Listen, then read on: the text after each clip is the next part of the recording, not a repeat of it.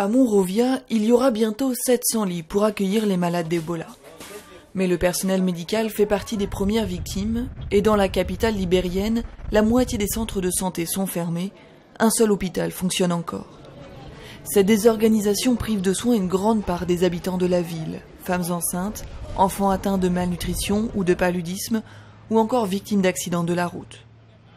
Comment leur offrir les soins dont ils ont besoin ? Cette question, d'habitude presque anodine pour les équipes MSF, prend un sens particulier quand les soignants courent le risque d'être infectés.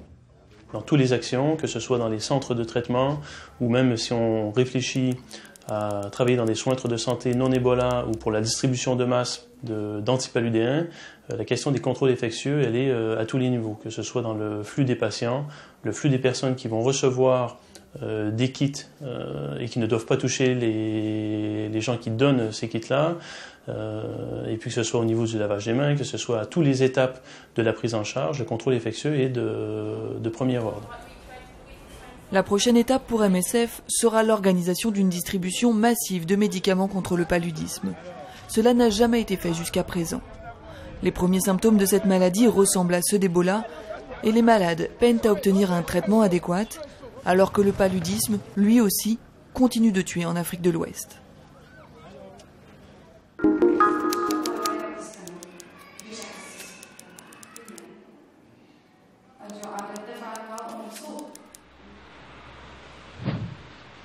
Irbid, dans le nord de la Jordanie, est tout près de la frontière syrienne. Cette ville accueille plusieurs centaines de milliers de réfugiés, dont des enfants, qui ont fui le conflit en Syrie. Gaza, après l'opération Bordure Protectrice. La population civile, qui vivait déjà sous le coup du blocus israélien, a payé un très lourd tribut lors de cette dernière guerre. À chaque fois, des enfants démunis face à ce déferlement de violence. Dans ces deux contextes, MSF s'apprête à ouvrir des programmes de soins psychologiques qui leur seront consacrés. L'idée, c'est de faire des programmes qui s'adressent à des enfants de moins de 12 ans. Sachant que quand on parle d'enfants, on parle aussi de leurs parents. Très souvent, plus les enfants sont petits d'ailleurs, plus leurs difficultés psychologiques traduisent aussi les difficultés psychologiques de leurs parents. Donc c'est souvent des programmes qui à la fois permettent un accompagnement psychologique de tous ces enfants et quelquefois, même souvent, la nécessité aussi d'une prise en charge des mamans par exemple. Conflits, violences sexuelles, déplacements de population, maladies graves, les contextes dans lesquels MSF intervient sont variés. Aujourd'hui, la prise en charge des réfugiés est l'un des enjeux qui se posent aux équipes, intégrer les consultations en santé mentale aux soins primaires, afin de donner aux personnes en détresse psychique la force de survivre dans ces conditions déjà difficiles.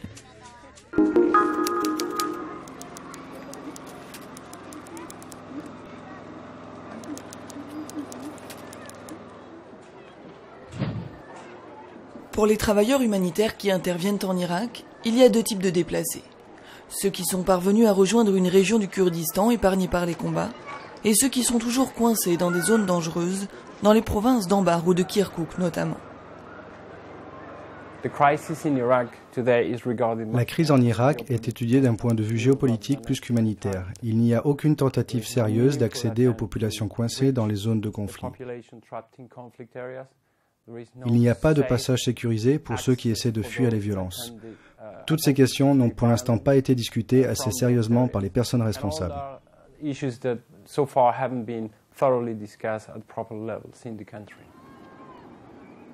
MSF s'efforce d'accéder aux populations des régions en proie aux violences, mais la marge de manœuvre des équipes reste pour le moment très limitée. Même dans les zones plus calmes, l'aide humanitaire est largement insuffisante alors que les températures commencent à chuter. À Zako, non loin de la frontière turque, les Médecins sans frontières proposent des consultations médicales, distribuent couvertures et kits d'hygiène et installent latrines, douches et points d'eau dans l'un des camps de la ville. MSF poursuit ses efforts pour intensifier ses opérations et éviter que l'hiver ne soit synonyme de catastrophe sanitaire pour ces familles.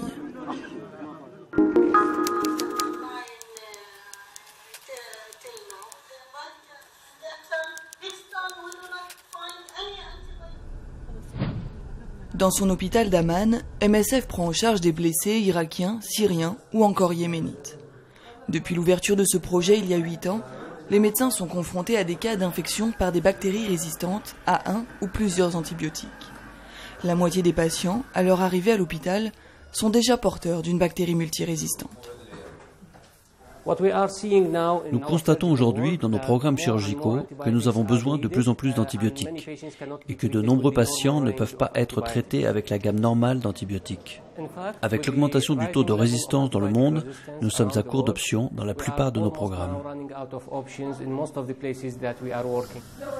La conférence d'Amman a permis à des experts et des médecins de la région de se mettre d'accord sur un certain nombre de points afin de lutter contre ce fléau qui met en danger la santé de nombreuses personnes. C'est particulièrement le cas au Moyen-Orient, où les taux de résistance aux antibiotiques sont anormalement élevés. La première urgence est de mettre en place un réseau régional d'experts qui mèneront le combat contre ce phénomène.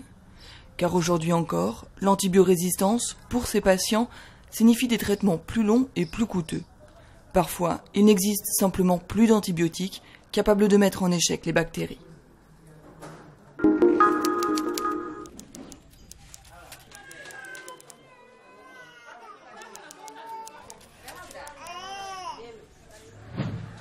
Distribution de suppléments nutritionnels ou bien d'argent.